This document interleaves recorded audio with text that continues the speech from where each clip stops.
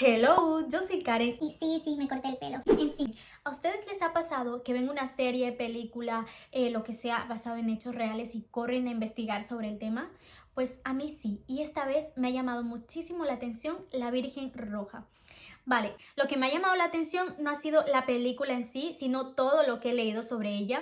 Y he pensado, necesito hablar con alguien sobre esto. Así que vamos a ponernos cómodos porque vamos a hablar de Hildegard Rodríguez. Antes de hablar sobre Hildegard, tenemos que empezar hablando con su madre, que tiene muchísimo que ver en esta historia, ¿vale? De lo que he leído, me he apuntado aquí unas cositas que quiero compartirlas con ustedes. Aurora Rodríguez, madre de Hildegard.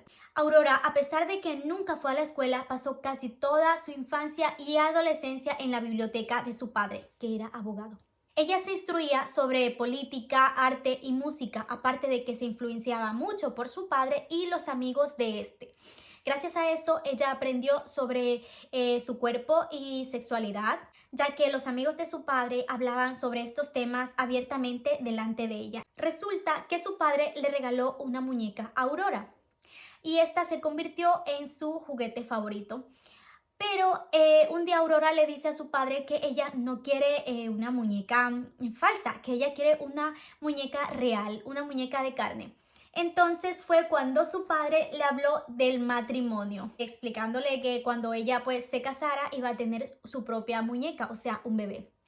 Aurora le horrorizó muchísimo la idea del matrimonio, que se dio cuenta que ella quería tener una muñeca de carne solamente para ella y de nadie más. O sea, desde pequeña. Vale, abro paréntesis aquí para contar que su hermana, la hermana de Aurora, había tenido un hijo, pero ella se tuvo que ir a París a trabajar, entonces dejó a su hijo al cuidado de la familia. Aurora instruyó a este niño y gracias a eso él se convirtió en un niño prodigio. Alcanzó la fama internacional como pianista. Esto porque Aurora le enseñaba a tocar el piano desde muy pequeño y lo sentaba con ella para que él aprendiera. O sea, Aurora, vamos, una máquina enseñando. Mira, ya había convertido en niño prodigio a su sobrino, solo con 4 años que estuvo con ella. Porque a los 4 años su hermana regresó de París a llevarse al niño porque se iba a hacer cargo de él. Esto a Aurora le entristeció muchísimo. Vamos, le arrebató al niño que ella estaba instruyendo, a su propio muñeco de carne. Entonces, gracias a eso, Aurora empezó a leer mucho más y empezó ya a planificar su futuro. Se cree que esa lectura excesiva y desordenada fue lo que le llevó a perder su sensatez para que ella actuara como lo hizo, como ya les voy a contar después. Aurora tenía la intención de crear su propio modelo de sociedad y había ahorrado dinero suficiente para hacerlo. Pensaba juntar familias que tengan los mejores genes, o sea, más fuertes, más atractivos, para que de allí nazca un linaje especial. Ella obviamente en esta sociedad iba a imponer sus propias reglas y tal, es decir, eugenesia. Entonces cuando leí sobre la eugenesia fue cuando me encontré un poco con lo de Hitler y lo que ustedes ya saben. Pero bueno, eso es aparte. Con 35 años, Aurora empezó a dejar atrás esa idea de crear su modelo de sociedad y se enfocó en crear un ser superior, una mujer del futuro. Se enfocó en la búsqueda del hombre más aceptable, según ella, para que le ayudara a quedarse embarazada. Y sobre todo a que renunciara a sus derechos como padre, ya que Aurora quería a esa hija solamente para ella y de nadie más. Entonces, un 9 de diciembre de 1914 nació Hildegard, concebida por su madre como modelo de la mujer del futuro. Aurora dejó constancia de que todos supieran que su hija fue fruto de un plan muy bien estudiado. El primer juguete de Hildegard fue un puzzle de letras. A los 8 meses empezó a hablar, ya a los 11 podía formar palabras de 2 o 3 sílabas, al año ya caminaba y casi a los 2 años ya leía. Aurora le enseñó también idiomas y desde pequeñita la sentaba junto con ella delante de su máquina de escribir. A los 4 años tenía el título de la mecanógrafa más joven. ¿Se imaginan ella ahí dándole duro a las teclas con 4 añitos? A los 8 dominaba 4 idiomas: alemán, francés, inglés y español. Y sabía mucho sobre educación sexual. Tiene méritos académicos y también participó en política. A los 14 pudo entrar a estudiar Derecho y su primer ensayo fue sobre la eugenesia, o sea, muy influenciada por su madre. Aparte, estaba estudiando Filosofía y Letras y Medicina. Súper preparadísima ella. Tiene 16 libros publicados y más de 150 artículos.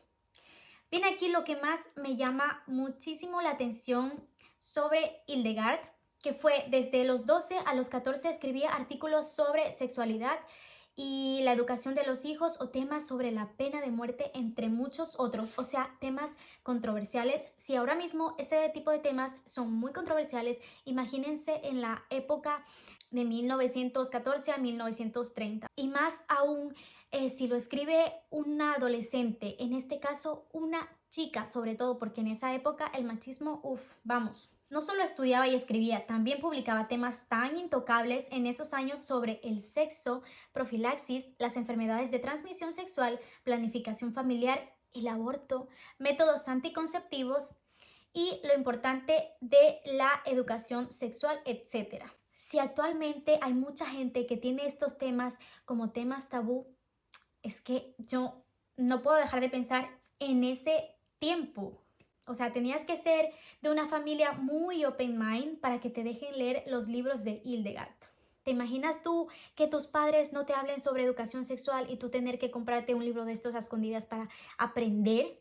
Más en ese tiempo habría muchísima gente retrógrada que actualmente la hay, pero es que hay más. O sea, en la actualidad muchas veces no te hablan. Por ejemplo, en mi familia eso era tema tabú.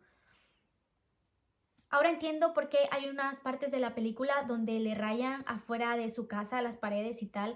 O sea, le vandalizan porque eso habría sido muy controversial, lo que ella escribía, sus artículos y eso para la edad que tenía y sobre todo porque era una mujer la que se dedicaba a esto.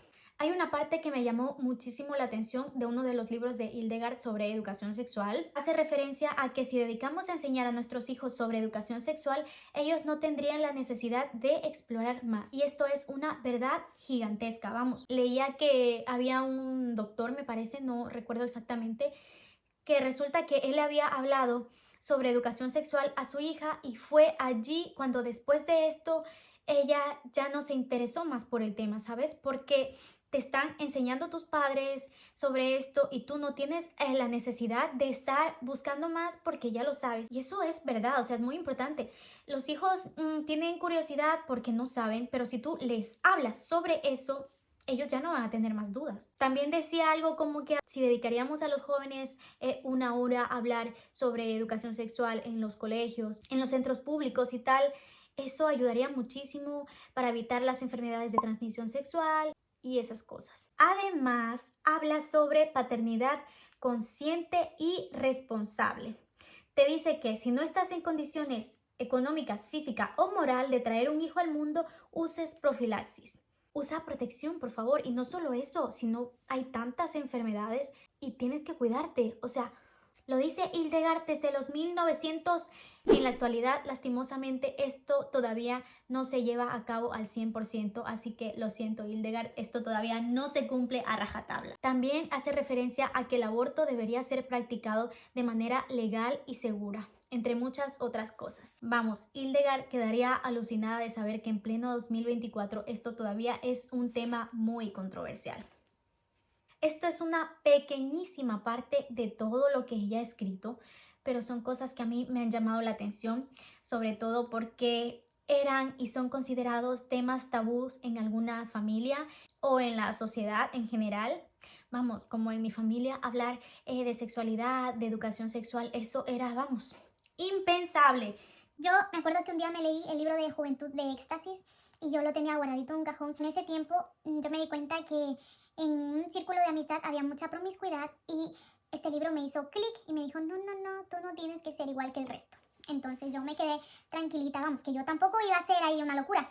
Pero a lo que me refiero es que yo, para saber de estos temas, me tuve que leer un libro porque eso no se habla en muchas familias.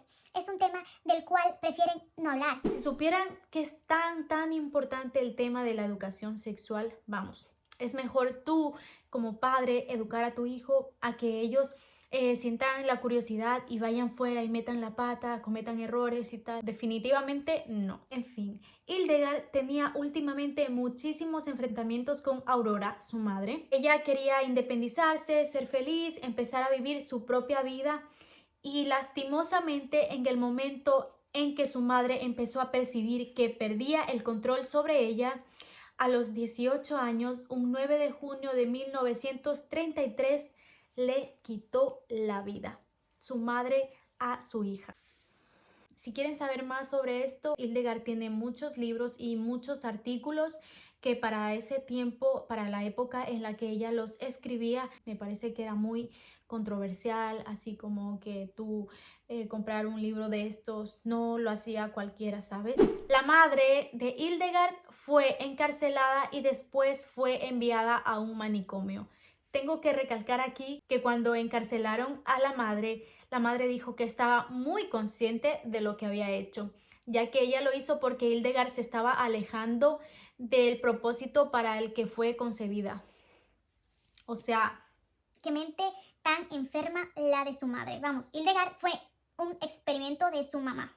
su madre quería manejarla completamente a su antojo y cuando vio que Hildegard empezó a tener sus propias ideas, Esto no. Y bueno chicos, espero que les haya gustado mucho este vlog. No te olvides de dar me gusta, comentar, suscribirte y activar la campanita. Gracias por ver este video y los quiero mucho.